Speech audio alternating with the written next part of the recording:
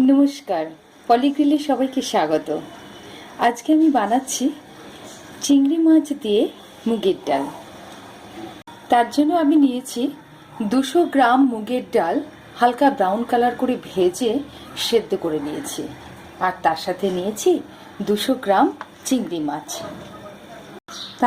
আর এর সাথে নিয়েছি কুচনো পেঁয়াজগুলোকে স্কোয়ার করে কাটা আছে, লঙ্কার গুঁড়ো 1 চামচ, আদা রসুন বাটা, টমেটো কুচি, গোটা গরম মশলা এবং জিরেকে ড্রাই রোস্ট করে গুঁড়ো করে নেওয়া, হলুদ গুঁড়ো, চিনি, লবণ, ফোড়নের জন্য তেজপাতা, শুকনো লঙ্কা, গোটা গরম মশলা, জিরে এবং 1 চামচ জিরের গুঁড়ো। কড়াইতে 1 টেবিল চামচ তেল দিয়ে চিংড়ি মাছগুলোকে ভেজে নিচ্ছি। চিংড়ি মাছগুলো ভাজার আগে হলুদ লবণ মাখিয়ে নিয়েছি।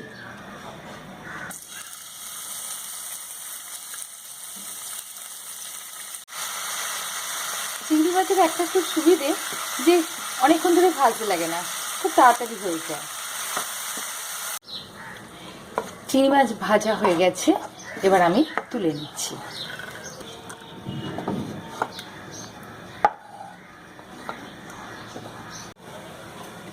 চিংড়ি মাছ দিয়ে মুগের ডাল ঘিয়ে ফোড়ন দিলে খুব টেস্টি হয় খেতে, সেই জন্য আমি 1 চামচ গাওয়া ঘি দিলাম। ঘি গরম হয়ে গেছে, এবার ফোড়ন দিয়ে দিচ্ছি। তেজপাতা, শুকনো লঙ্কা, গোটা গরম মশলা এবং জিরে।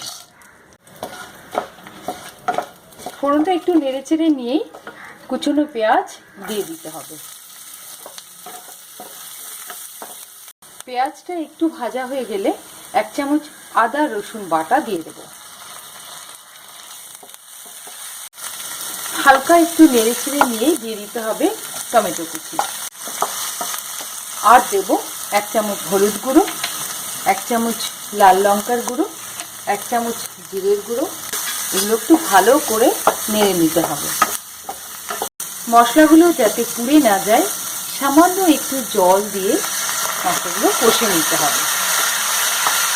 মশলাগুলো কষা হয়ে গেলে সেদ্ধ করা ডাল ঢেলে দিতে হবে।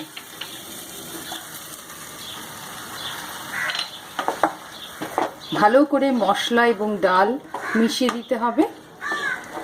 এবার এর সাথে স্বাদ মতো লবণ আর 1 চামচ চিনি দিয়ে দিতে হবে। এই ডাল ঘন ঘন হয়, সেই জন্য বেশি জল দেওয়ার দরকার নেই। 1/2 কাপ মতো জল দিলেই হবে। যেহেতু সেদ্ধ করা ডাল, তাই 2 মিনিট ফুটতে দিলে হবে। চাপা দিয়ে ফুটতে দিতে হবে। 2 মিনিট হয়ে গেছে, এবার কুচনো চিংড়িগুলো এতে দিয়ে দেবো। 1 চা চামচ রোস্ট করা গরম মশলা এবং জিরে দিয়ে দিতে হবে। আর এর সাথে দিতে হবে 1 চামচ গাওয়া ঘি। ব্যাস, আমার শ্রিম্প উইথ মুগের ডাল রেডি। এবার ধনেপাতা দিয়ে গার্নিশ করে দেব। এই হলো আমার চিংড়ি মাছ দিয়ে মুগের ডাল বা শ্রিম্প উইথ মুগ ডাল।